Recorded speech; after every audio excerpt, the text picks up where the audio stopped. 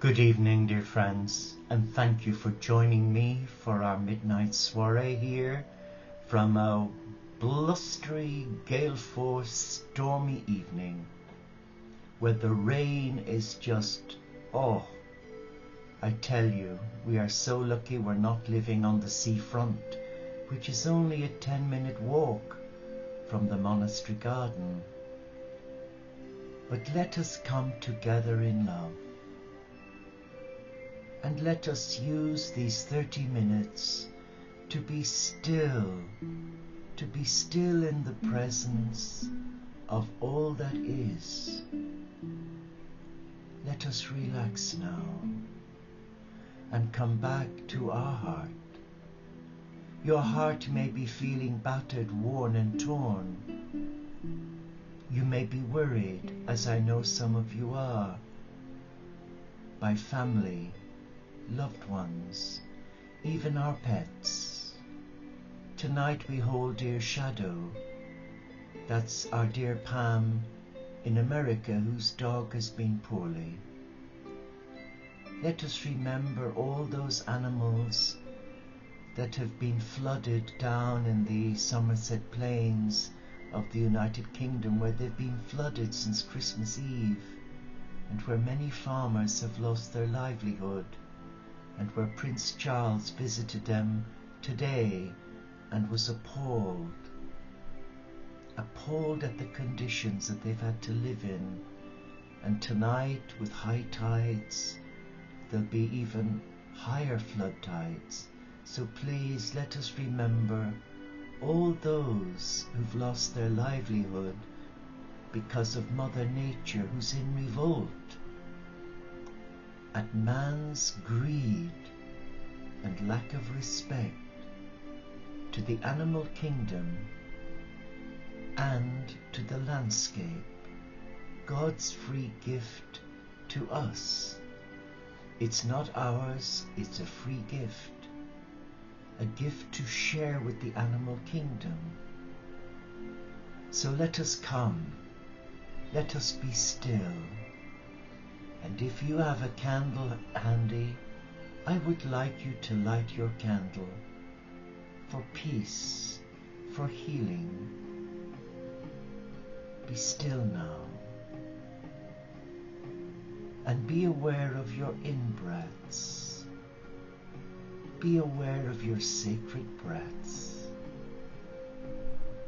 And now we welcome, in the name of our Father, Mother, God, who creates life, in the name of the risen cosmic Christ, who loves life, in the name of the Spirit, who is the fire of life, in the name of Gaia, our beloved Earth Mother, who nurtures the divine in all life, in the name of all faith traditions and none, for they are the children of God, our brothers and sisters, and in the name of spiritual diversity, on behalf of all my brothers and sisters of the Teo community of Interfaith Franciscans, I, Brother Sean, welcome you to this table of healing love. Be still now.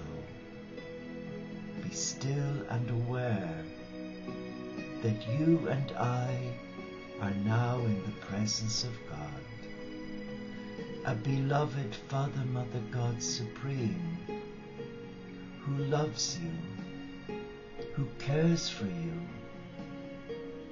So relax now. Come back to your heart, your teacher. The heart is the gateway to your soul, and your soul is the gateway to your God.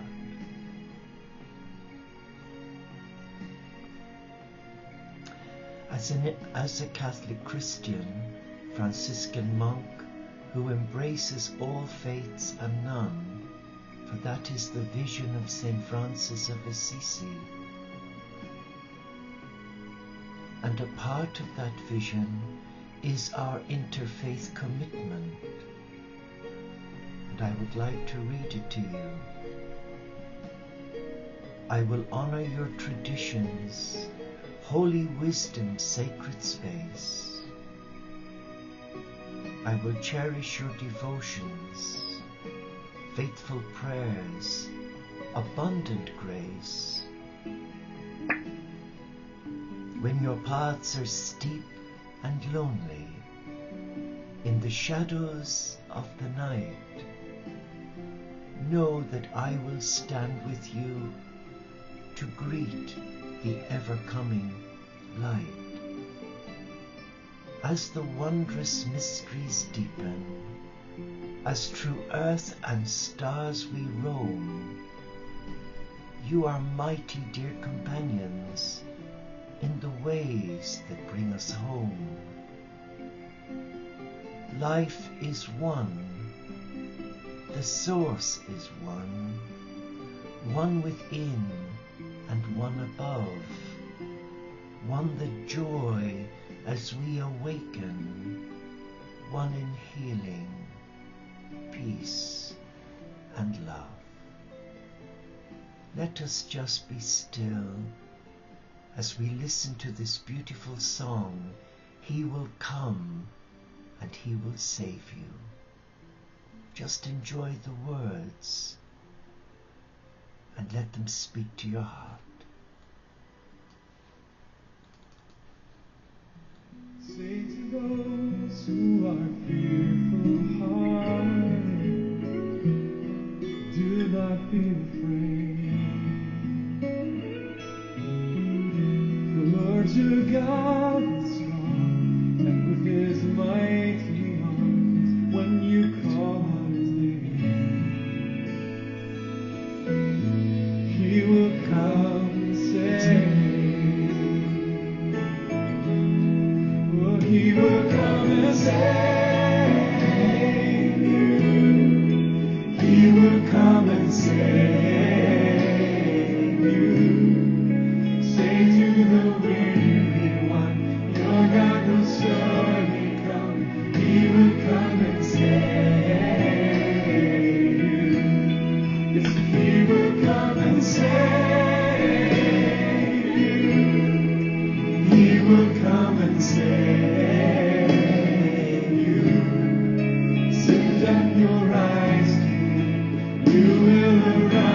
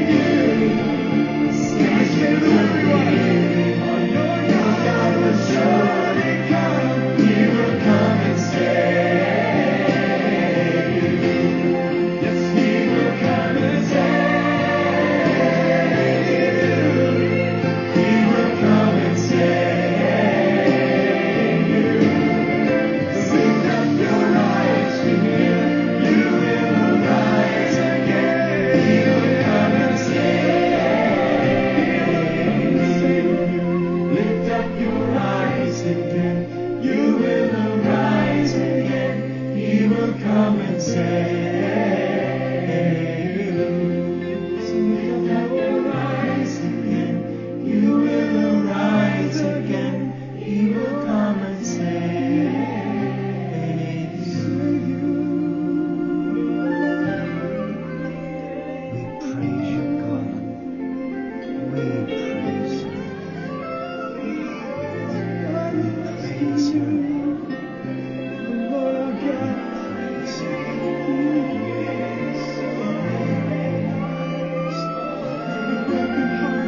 you. We praise and thank our God. And as we come as brothers and sisters to this table of love, let us arise again by taking to our heart the words of the Beloved, who calls you, yes, you, and me by name, not by our surname, by our first name, the name we were given at birth. It takes courage to listen to the voice of God speak to our hearts, because the mind convinces us of a different journey using a different language, a language of fear. A fear that stops us from growing in the spiritual path as a pilgrim seeking spiritual wellness and spiritual wholeness. And I'm not speaking to you from a textbook. I'm speaking to you from the University of Life. A life that's had many knocks, many ups and downs, more downs than ups. But I realize now, as I'm getting older, that my journey really began as a pilgrim seeking spiritual wholeness and wellness the day I had a complete mental breakdown. For that breakdown became my breakthrough from living a life of fear and ego. Yes, oh yes. And though I was a devout Catholic Christian, I realized I wasn't as devout as I should have been, because I didn't listen to my heart. I allowed my mind dictate to my heart. So I lived best part of 50 years, that's half a century, in fear that I would go to hell, that I was never going to be worthy of God's love. How tragic, how sad. But now, it's a different story. Because God expects nothing of me. He doesn't ask me to do anything other than shut up and listen and embrace the language of love. The language of silence is the language of God's love. When was it the last time that you were able to sit alone with your pet on your lap, your cat or your dog, and just be still and ask God, what are you trying to say to me? What do you want me to hear? You'll be amazed. Because the only thing your God will ask of you, are you listening? And if you're listening, why don't you surrender your heart? Why don't you bless your fears? For they are counterproductive and they block the light of God's love, healing love, from setting you free from fear, from resentment, from anger, from violence, from from abusive behavior towards yourself and others? When did you last sit and listen to your heart? You've heard me say it so many times that you could paper your walls with it. Bless the issues that distract you.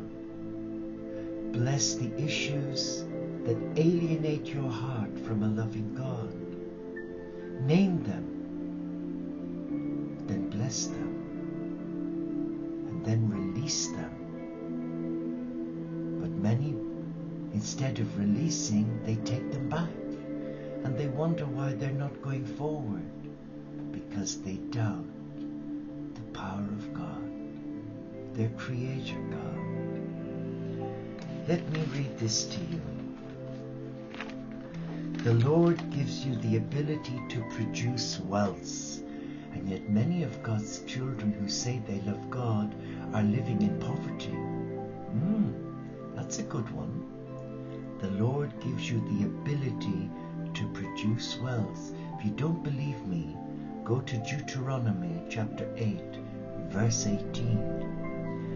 God holds back no good from those who do what is right.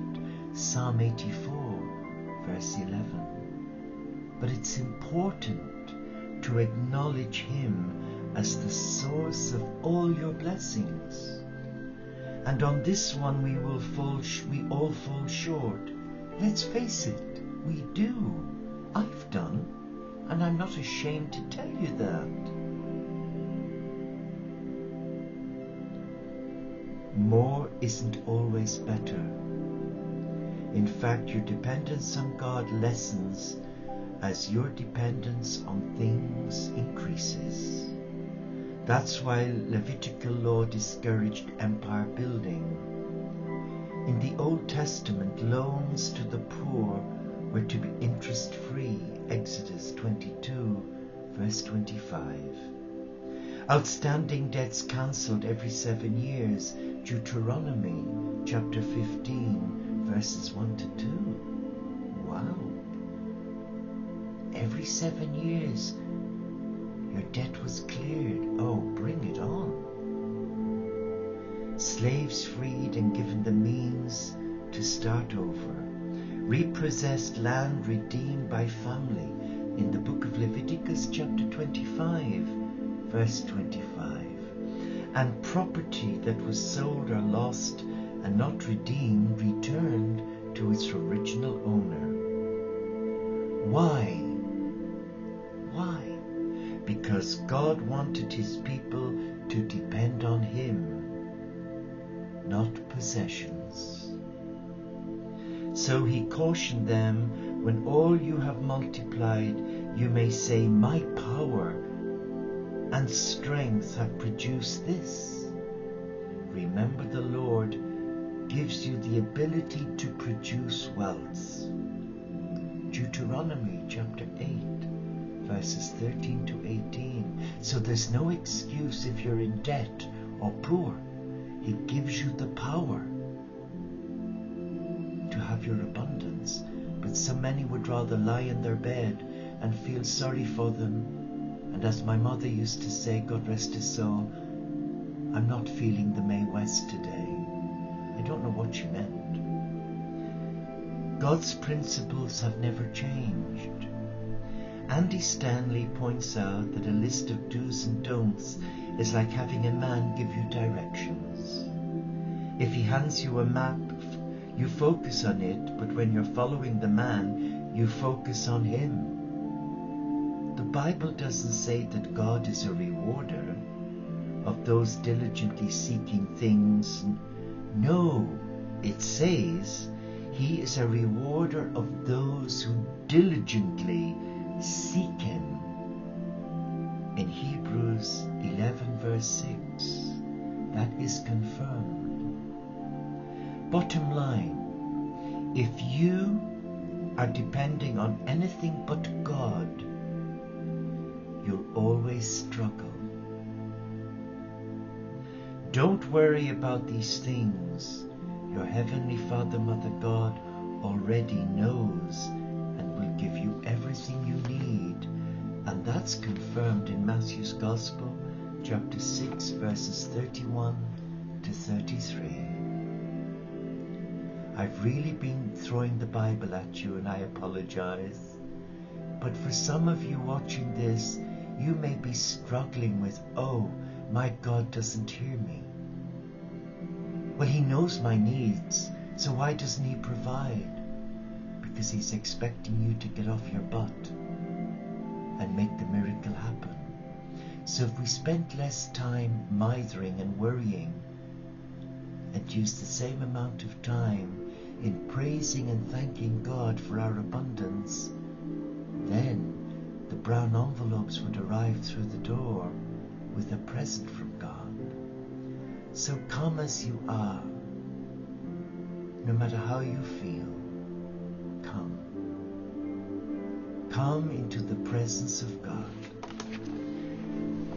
Last Friday and Saturday I had the privilege of working with two of our oblates in training to become monastics, and they were reading part of the Entering the Castle, and they both picked out exactly the same paragraphs, and the Spirit of God was speaking to them both at the same time on a different day. Amazing. And this is what they chose out of 5 pages of learning. The contemporary mystic is called to represent an invisible power in the world through a personal spiritual practice, through the power of prayer, through living consciously and practicing compassion, and through becoming a channel for grace. And again they picked the same paragraph. Mystical service means modeling calm in chaos, kindness amid anger, forgiveness at all times, personal integrity, to live, in other words, mindful that every second offers a choice, either to channel grace or withhold it.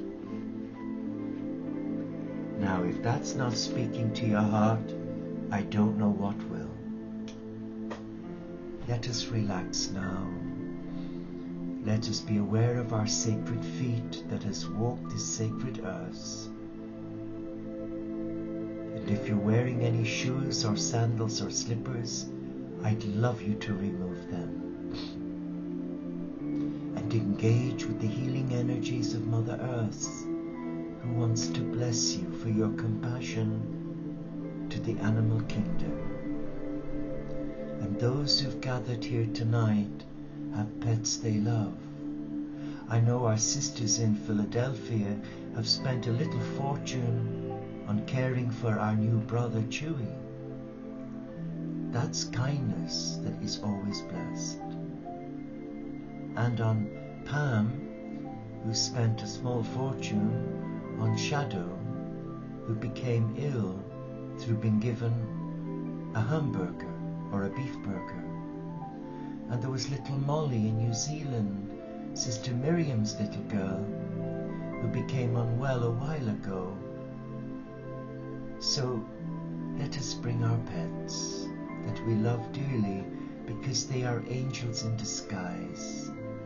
And let us imagine as we sit here with Mary and her little dog, with Molly, Shadow, with Hootie, my favorite little cat in Philadelphia, and Chewy, and my 3 sat in front of the wood-burning stove in the lounge, snoring their hearts out after having their full trim today. Let us sit in the presence of Gaia and our Father, Mother God. Close your eyes, just relax, and feel your little pets by your feet. Receive a blessing now from the animal kingdom who love you. The animal kingdom choose you and me. We don't choose them. They find us because they have a message for us, and it is to take our suffering and to bring love. Be aware of that. And now, as you imagine your pet is on your lap and you can hear them purring, and automatically you place your hand on their head and neck and along their back, and with each gentle stroke you feel a sense of love, closeness, a sense of belonging, acceptance. And as you relax, Mother Earth comes to you. She stands before you, and she comes and wraps her arms around you and your pet. She's entwined with you both, and she's bringing healing love. She's also bringing a blessing for caring for vulnerable creatures, a blessing for putting yourself out to rescue and care for one of God's little creatures. And she's releasing healing love up through your feet. It's making its way up to your heart, relaxing your heart, and up to your mind, dispelling all fear, all sadness, weariness, and bringing all of that negativity down your spinal cord, down your legs and out through your feet, to be recycled as positive light.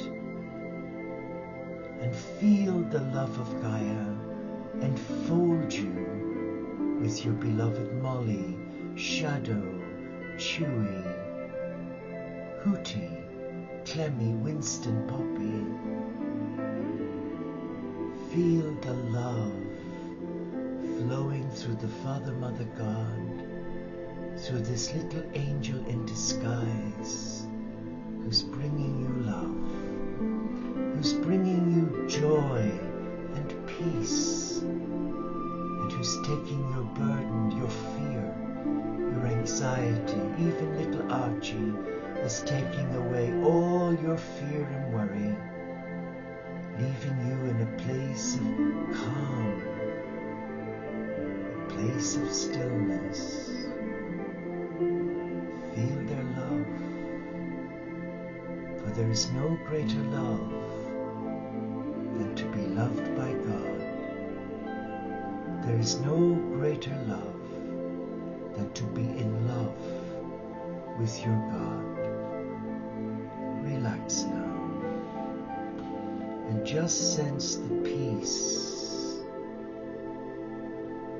and the love from each gentle stroke as you stroke your pets now, and receive a blessing from them, for they love you. They love you with an everlasting love, and they care for you. They care for you.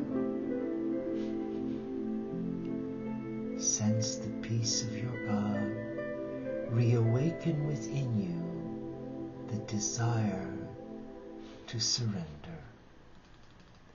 To surrender your fear, your sadness, your heartache, your disappointments and failures, be it